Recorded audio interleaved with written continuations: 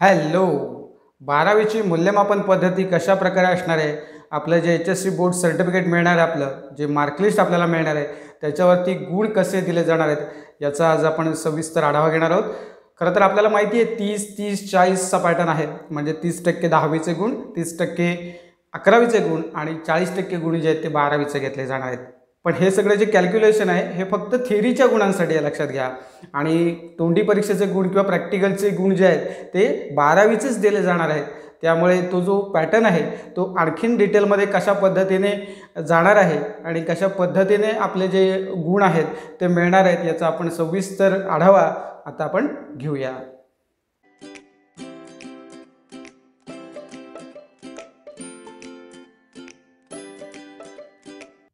सुरुवातीला आपण 10वीचे जे मार्क्स आहेत ते कसे घ्यायचे ते बघूया. म्हणजे 30% हा विषय जो आहे तो आपल्याला माहिती आहे की 10वीचे 30% घ्यायचे आहेत. पण ते कसे घ्यायचे ते लक्षात घ्या. काय म्हटलं बघा स्क्रीनवरती, average marks of top 3 subjects from class 10th result will be considered for the 30% marks of the theory paper. म्हणजेच इयत्ता 10वीच्या निकालातले जे काही सर्वोत्तम 3 विषय असतील त्यांची सरासरी कशासाठी ग्राह्य धरणार आहेत बघा, लेखी गुणातील 30% गुणांसाठी ग्राह्य धरली जाईल. तर यांनी काय म्हटलंय बघा की जे काही तुमचं थेरी पेपर असेल ओके त्याच्या 30%, म्हणजे आपल्याकडे 2 गट आपण याच्यात करू शकतो की ज्याच्यामध्ये आपण काय करू शकतो की काही जे आहेत पेपर ते 80-20 पॅटर्न्स आहेत आणि काही जे आहेत ते 70-30 पॅटर्न्स आहेत. आपल्याकडे एक मी तुमच्या समोर एक मार्कलिस्ट ठेवतो. समजा असं एक तुमचं SSCचं मार्कलिस्ट आहे असं गृहीत धरा. याच्यामध्ये 6च्या 6 विषयांचे जे मार्क्स आहेत मी उतरत्या क्रमाने लिहिलेत बघा. म्हणजे टॉपचा जो आहे तो पहिला लिहिला विषय आणि त्यानंतर जो सगळ्यात तळाला आहे तो एकदम कुठला आहे ज्याचे कमी गुण आहेत. मग तुमचा जो 10वीचा निकाल होता त्याच्यामध्ये काय होतं, पर्सेंटेज बेस्ट ऑफ 5 होते.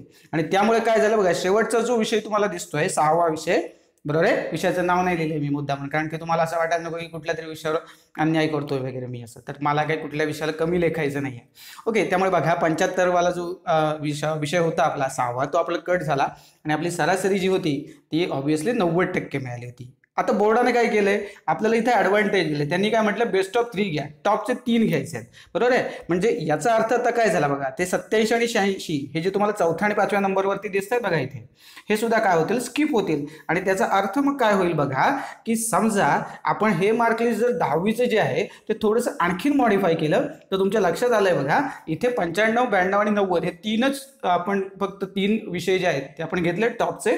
आणि यांची जी सरासरी आहे ती तुम्हाला स्क्रीनवरती दिसतीये बघा, 92.33 आली आहे, बरोबर आहे. सो ही 92.33 जी आहे ही आपल्याला राऊंड अप करावी लागेल.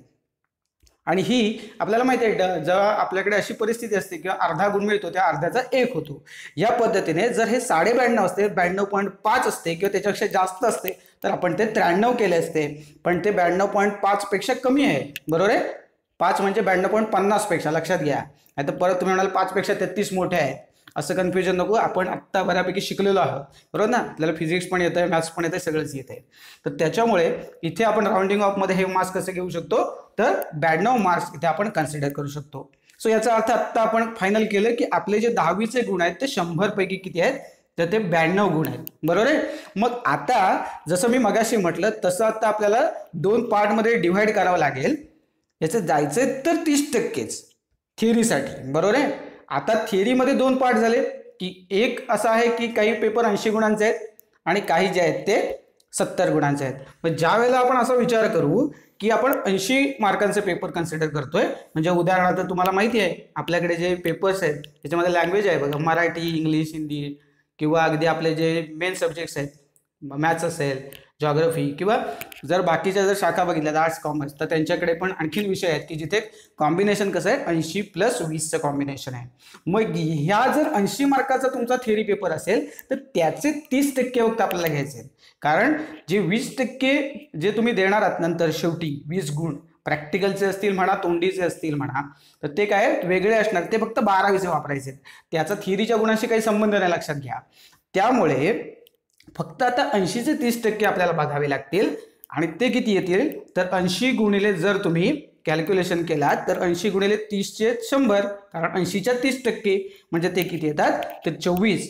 म्हणून आपल्याला काय करावं लागेल, तर ते जे काही मार्क्स आहेत ते जेव्हा हे 80 मार्क्सचे पेपर असतील थेअरी पेपर, तेव्हा त्यांच्या ठिकाणी कन्व्हर्जन करत असताना तुम्ही किती मार्काचं कराल तर 24 पैकी किती मिळाले असं बघणार आहात. ठीक आहे, जे काही तुम्हाला मार्क्स मिळाले असतील 10वीला, म्हणजे आता आपल्या केसमध्ये 92 मिळालेत बघा, तर 100 पैकी 92 तर 24 पैकी किती, अशा प्रकारे ते कॅल्क्युलेशन जे आहे ते होणार आहे. आता ते आपण पुढे बघू, पण तत्पूर्वी काय बघूया की समजा 70 मार्काचा जर थेअरी पेपर असेल, ओके, म्हणजे आपल्याकडे आहेत, म्हणजे आता आपण ज्या मेन विषयाबद्दल बोलतोय म्हणजे कुठला विषय तर फिजिक्स, तर फिजिक्स म्हणा, केमिस्ट्री म्हणा, बायोलॉजी म्हणा, की ज्याच्यामध्ये आपल्याला माहिती आहे, म्हणजे इथे मी 3च सब्जेक्ट लिहिले, याच्यापेक्षा आणखीन पण असे विषय असू शकतात की ज्यांचं कॉम्बिनेशन 70-30 आहे. ओके, सो इथे काय होईल बघा, आता आपल्याला काय करायचंय 70 पैकी थेअरीचे मार्क्स द्यायचे, कारण आपल्याला 30 मार्क जे आहेत प्रॅक्टिकलचे ते वेगळे मिळणार आहेत, ते फक्त 12वीचे मिळणार आहेत, त्याचा याच्याशी काही संबंध नाही. ओके, त्यामुळे 70च्या 30% म्हणजे किती येतील मग, 70 गुणिले 30चे 100 म्हणजे किती होतात, 21 होतात. म्हणजे याचा अर्थ असा आहे की तुम्हाला तेच जे मार्क होते 92 मार्क्स, म्हणजे 100 पैकी 92 तर 21 पैकी किती, अशा प्रकारे कन्व्हर्जन आपल्याला करून घ्यावं लागेल. ओके, सो थोडंसं ते कन्व्हर्जन पहिल्यांदा एकदा समजून घेऊया कशा पद्धतीने कन्व्हर्जन होईल, आणि मग आपल्याला ते 24 पैकी जर असतील तर किती मार्क होतात, मार्क्स तेच आहेत 100 पैकी 92, पण कन्व्हर्जन कसं करावं लागेल ते मी तुम्हाला दाखवतो. बघा, समजा आता आपण सुरुवातीच्या काळामध्ये कन्सिडर केलं होतं त्या पद्धतीने 80 मार्कचा एक पेपर घेऊया, म्हणजे कुठचे पेपर ते तुम्हाला तर कळले, म्हणजे मराठी, इंग्रजी, गणित, भूगोल या पद्धतीचे. तर तुम्ही असं म्हटलात की त्याला 100 पैकी 92 पडले तर 24 पैकी किती, एक्स आपण मानले, समजा एकच गुणाकार केलाय बघा, एक्स बरोबर 24 गुणिले 92 अपॉन 100 असं जर तुम्ही केलात कॅल्क्युलेशन 22.08, आणि राऊंड फिगरमध्ये मग किती होतील ते 22 होतील, बरोबर आहे. सो या पद्धतीने तुमचं कॅल्क्युलेशन होईल, म्हणजे 92 गुण तुम्हाला मिळाले होते 100 पैकी 10वीला. मग आता म्हणजे बेस्ट ऑफ 3 नुसार, मग आता काय झालं, 24चं कन्व्हर्जन आपण केलं, 24 मध्ये कन्वर्ट केलं ते मार्क्स, 24 पैकी किती मिळाले आपल्याला, 22 मिळाले. म्हणजे तुम्ही मराठी, इंग्लिश किंवा त्याच्यानंतर भूगोल, गणित या विषयांसाठी आपण वापरताना हे 22 वापरणार आहोत. ओके, आणि ज्या वेळेला आपण आपले जे मेन सब्जेक्ट्स आपण वापरतोय, कोर सब्जेक्ट्स, जिथे कुठले कुठले आहेत 70 मार्क्सच्या पेपरमध्ये फिजिक्स आहे म्हणा आपला, किंवा त्यानंतर केमिस्ट्री आहे, बायोलॉजी आहे, इथे पण सेम परिस्थिती आहे, 100 पैकी 92, पण आता काढायचे किती पैकी तर 21 पैकी किती, म्हणजे 21ला एक्स म्हटलंय, बरोबर आहे, 21 पैकी एक्स. तर ते सुद्धा कॅल्क्युलेशन तिरकस गुणाकाराने समजा तुम्ही काढल्यात तर 21 गुणिले 92 भागिले 100 म्हणजे ते 1932 भागिले 100 म्हणजेच 19.32, आणि मग राऊंड फिगरमध्ये जर तुम्ही केलात तर ते येईल 19, म्हणजे तेच गुण 100 पैकी 92, पण ते मराठी, इंग्रजी, भूगोल, गणित अशा विषयांमध्ये लिहिताना 24 पैकी कन्वर्ट करायचे, जे 22 लिहिलेत आपण, आणि फिजिक्स, केमिस्ट्री, बायोलॉजीमध्ये त्याचे कन्व्हर्जन करून आपण 21 पैकी 19 असं करणार आहोत, लक्षात घ्या. ओके, सो अशा पद्धतीने आता हे 10वीचं जे डिस्ट्रीब्युशन आहे ते आपल्याला कळलं. ठीक आहे, तर याच्यानंतर आपण बोलूया आपला पुढचा पार्ट जो आहे 11वीचे जे काही मार्क्स आहेत ते कशा पद्धतीने आपण घेणार आहोत तेही बघूया. आधीसारखंच आधी आपण काय करूया की 80 मार्क्सचे जे थेअरी पेपर आहेत त्याचं कॅल्क्युलेशन कसं होईल ते बघूया. आता तुम्हाला कळलंय की 30% हे कसे घ्यायचे आहेत. सो आता फक्त मी मार्क्स थोडा अंक बदलून घेतो, म्हणजे पुन्हा पुन्हा तोच 90 नको. तर समजा असं गृहीत धरूया, आता मात्र काय करायचं लक्षात घ्या, तर इथे 11वीचे जे गुण आहेत ते लक्षात घेताना ते 10वीचे आपण सगळीकडे तेच गुण वापरले होते, तसं होण्याची गरज नाही. आता 11वीमध्ये काय झालंय, तुम्ही त्या विषयाची परीक्षा दिलेली आहे, म्हणजे मराठीला मराठीचे मार्क्स वापरणार तुम्ही, इंग्रजीला इंग्रजीचे मार्क्स वापरणार, फिजिक्सला फिजिक्सचे मार्क्स वापरणार. या पद्धतीने 10वीमध्ये कसं केलं होतं की ते जे काही गुण आले होते तेच सगळ्या विषयांना समान वाटले होते, बरोबर आहे, 30% प्रमाणे. फक्त काय झालं, जे 80 गुणांचे होते त्यांना 24 पैकी किती येतात ते काढले होते, आणि बाकीच्या पेपरना 21 पैकी दिले होते. आता इथे समजा, आता मी थोडंसं आकडा बदलून घेतो, समजा 100 पैकी 85 मिळाले. ओके, तर या परिस्थितीमध्ये 24 पैकी किती, कारण 80 गुणांचा जर पेपर असेल तर आपल्याला 24 पैकी त्याचं कन्व्हर्जन करावं लागेल. सो या ठिकाणी मग किती होईल बघा, 100 पैकी जर 85 असतील तर 24 पैकी किती, तर हे कॅल्क्युलेशन तिरकस गुणाकाराने किती येतंय बघा. आता जास्त डिटेलमध्ये मी सांगत नाही, आणि 20.4 आला भागाकार, म्हणून इथे उत्तर 20 आलंय. याचा अर्थ याचं कन्व्हर्जन आपलं जे काय असेल, म्हणजे उदाहरणार्थ समजा ही परिस्थिती आहे की मराठीमध्ये तुम्हाला 85 गुण 11वीला आहेत, किंवा इंग्रजीमध्ये आहेत किंवा जे कोण 80 गुणांचे जे पेपर्स आहेत, जर तुम्हाला 100 पैकी 85 मिळाले असतील तर तुम्हाला कन्वर्ट करून किती घ्यायचे आहेत, तर 20 गुण घ्यायचे आहेत, हे लक्षात ठेवा. लक्षात. आणि याच्यानंतर मग 70 मार्काचा जर पेपर असेल तर त्याच्यामध्ये कसं होईल बघूया. थोडासा अंक पुन्हा एकदा मी बदलतो, कारण तोच आकडा घेतला असं नको व्हायला म्हणून. तर मी आता तुम्हाला दाखवतो, थोडासा आकडा बदलून घेऊया. बघा 100 पैकी 87 घेतलेत आपण. ठीक आहे. सो 100 पैकी 87, तर इथे कन्वर्जन आपल्याला किती पैकी करायचं आहे, 21 पैकी करायचं आहे. बरोबर आहे. सो 21 पैकी किती, x. आणि मग जर याचा तिरकस गुणाकार करून जर आपण उत्तर काढलं तर मग आपल्याला इथे दिसतंय की 18.27 आलेत. म्हणजे याचा अर्थ राऊंड फिगरमध्ये आपण याचं उत्तर 18 लिहू शकतो बघा. ठीक आहे. म्हणजे अशा पद्धतीने सगळ्याच विषयांचे तुम्ही गुण घेऊ शकता. ते काय करावं लागेल बघा. तर समजा 80 मार्कांच्या थेरी पेपरसाठी काय होईल, समजा 100 पैकी 85, तर 32 पैकी किती असा प्रश्न येईल.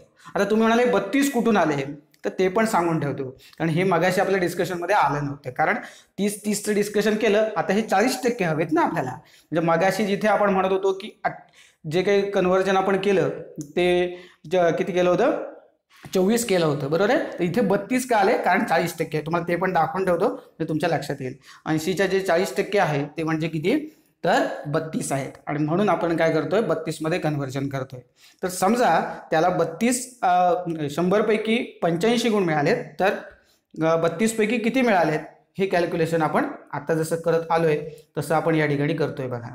आणि मग इथे तुम्हाला दिसतं 27.20 असा भागाकार आलाय. राऊंड फिगरमध्ये आपण हे कन्सिडर किती करणार आहोत, 27. ओके. आणि सेमच परिस्थिती मुद्दामध्ये ठेवून दाखवतो तुम्हाला की हेच गुण समजा 100 पैकी 85, म्हणजे असा विषय आहे की मराठीमध्ये तुम्हाला 100 पैकी 85 मिळाले होते, तर तेव्हा तुम्ही कन्व्हर्जन काय केलं, तर 32 पैकी किती, तर तुम्हाला 27 मिळालेत. आणि आता आपण तेच गुण ठेवूया म्हणजे तुमच्या लक्षात येईल. पण 70 मार्काचा जर पेपर असेल, म्हणजे तुम्हाला फिजिक्समध्ये 100 पैकी 85 मिळाले, तर तुम्ही त्याचे मार्क्स कसे कन्सिडर करणार ते तुम्हाला मी दाखवतो बघा. So for the subject of 70 marks theory paper, म्हणजे फिजिक्स असेल, केमिस्ट्री असेल किंवा बायो असेल, या पद्धतीने, तर 100 पैकी 85 असतील तर 28 पैकी किती, हे 28 कुठून आले, तर मग सारखे 40%, 70च्या 40% म्हणजे किती होईल बघा, तर 28 होईल. तुम्हाला कॅल्क्युलेशन पण दाखवतो बघा. 70 गुणिले 40 100 म्हणजेच किती होईल, 28. आणि मग सिंपल आपलं जे कॅल्क्युलेशन आहे, हे 28 कसे आले फक्त दाखवले ना मी इथे, याचा काही कॅल्क्युलेशनशी संबंध नाही. परत तुम्ही म्हणाले 28 कुठून आणले, तर फक्त तुम्हाला दाखवतोय. So x is equal to, हे सोडवत गेलं आणि इथे 23.80 आले उत्तर बघा. म्हणजे मगापासून जेव्हा आपण बघत होतो ते वरचे जे पॉईंट्स होते ते आपण सोडत होतो. आता 23.80 म्हणजे राऊंड फिगरमध्ये किती होईल, मग 24 होईल. बरोबर आहे. सो आपल्याला 28 पैकी 24 मिळाले. म्हणजे जेव्हा 85 गुण आपल्याला मिळाले असं आपण म्हणत होतो, तर ते जर मराठीत मिळाले असते तर आपण म्हणणार होतो की 27 मध्ये कन्वर्ट करून घेणार होतो, कारण ते 32 पैकी 27 असले असते.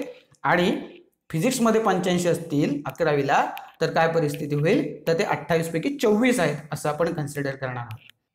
या ठिकाणी एक गोष्ट मला तुम्हाला सांगायची आहे बघा.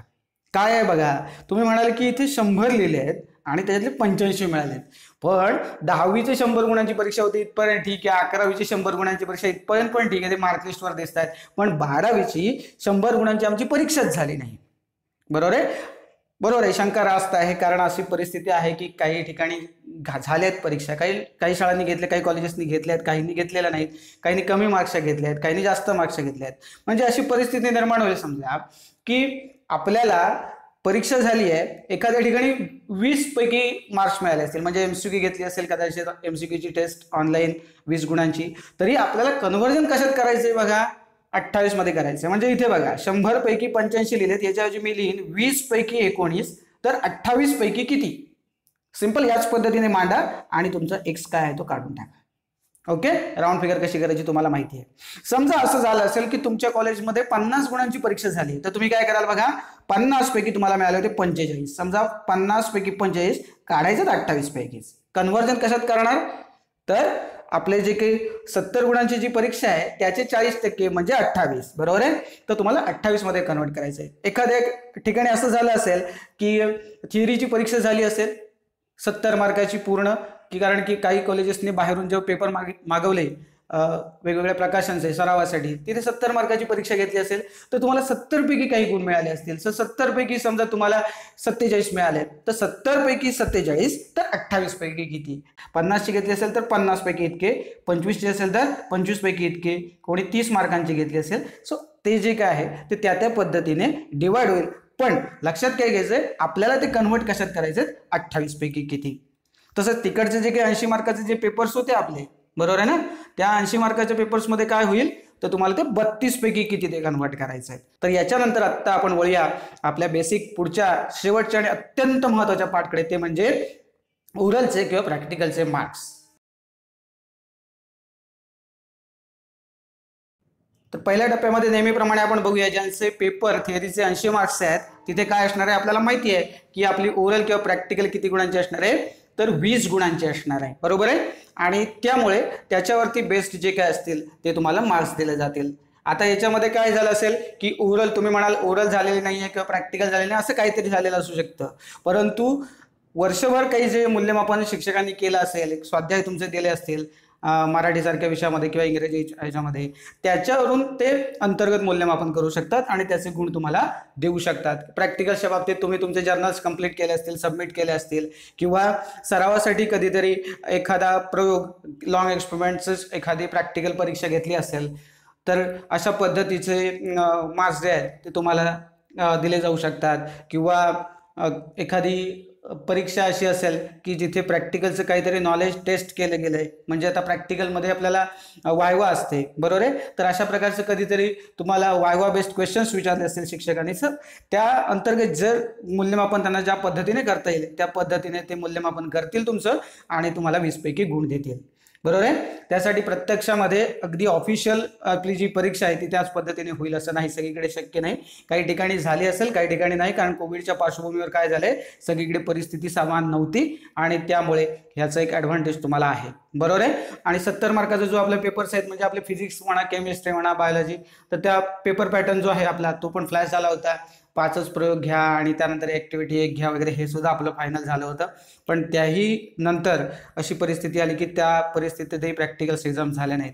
परंतु काही ठिकाणी जसे की प्रिलिम्स झाल्या होत्या, काही ठिकाणी सरावासाठी काही परीक्षा घेतल्या गेल्या, तर त्याची सवय व्हावी म्हणून काही परीक्षा आयोजित केल्या गेल्या. तर अशा पद्धतीने मार्क्स जे काही त्यांच्याकडे अवेलेबल असतील, म्हणजे समजा उदाहरणार्थ प्रॅक्टिकल मार्क्सची पूर्ण परीक्षा झाली नाही, पण अशी परिस्थिती आहे की कुठेतरी एखादा शॉर्ट एक्सपेरिमेंट तुमच्याकडून करून घेतलाय, त्याचं लिखाण करून घेतलंय समजा, तर तो 5 गुणांचा आहे.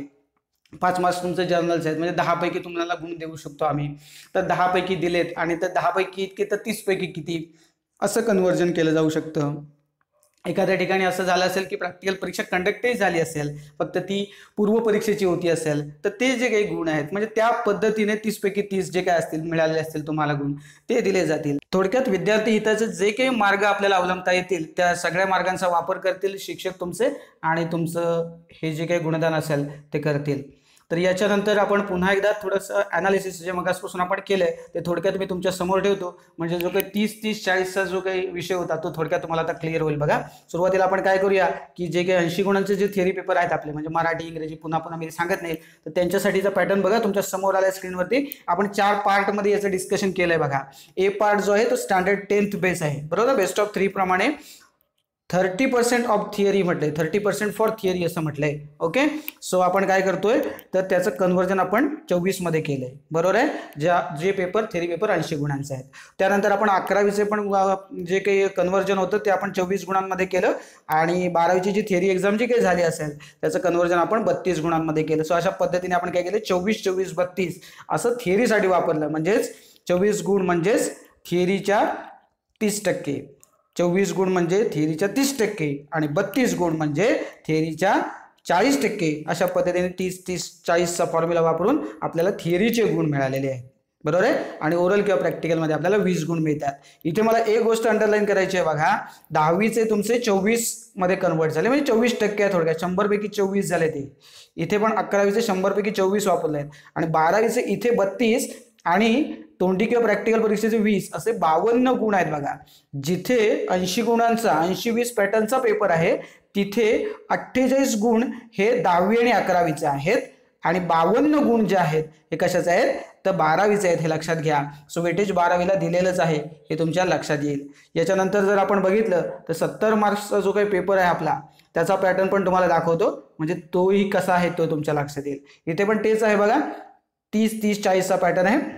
70चे 30% म्हणजे 21, 70चे 30% म्हणजे 21 आणि 70चे 40% म्हणजे 28. अशा पद्धतीने आपल्याला हे मार्क्स मिळालेत बघा. या तिघांची जर बेरीज केली तर ते 70 होईल, बरोबर आहे. सो हे 70 पैकी आपल्याला थेरीचे मार्क्स मिळाले, पण इथे मगाशी मी म्हटलं तसं 10वी आणि 11वीचे 21 गुण फक्त वापरले, म्हणजे 42 गुण जे आहेत ते 10वी 11वीच्या निकालावरून आहेत. आणि इकडे आपल्याला 58 आहे बघा, 28 अधिक 30. सो 58 गुणांचं काम जे आहे ते आपलं 12वीतलं आहे. म्हणजे एकंदरीत या पॅटर्नमध्ये आपल्या हे लक्षात आलंय की 12वीला व्यवस्थित वेटेज दिलेलं आहे. अर्थात आपल्याकडे परीक्षा कमी प्रमाणात झाल्यामुळे आपण 10वीच्या आणि 11वीच्या परीक्षांचा आधार घेतलेला आहे.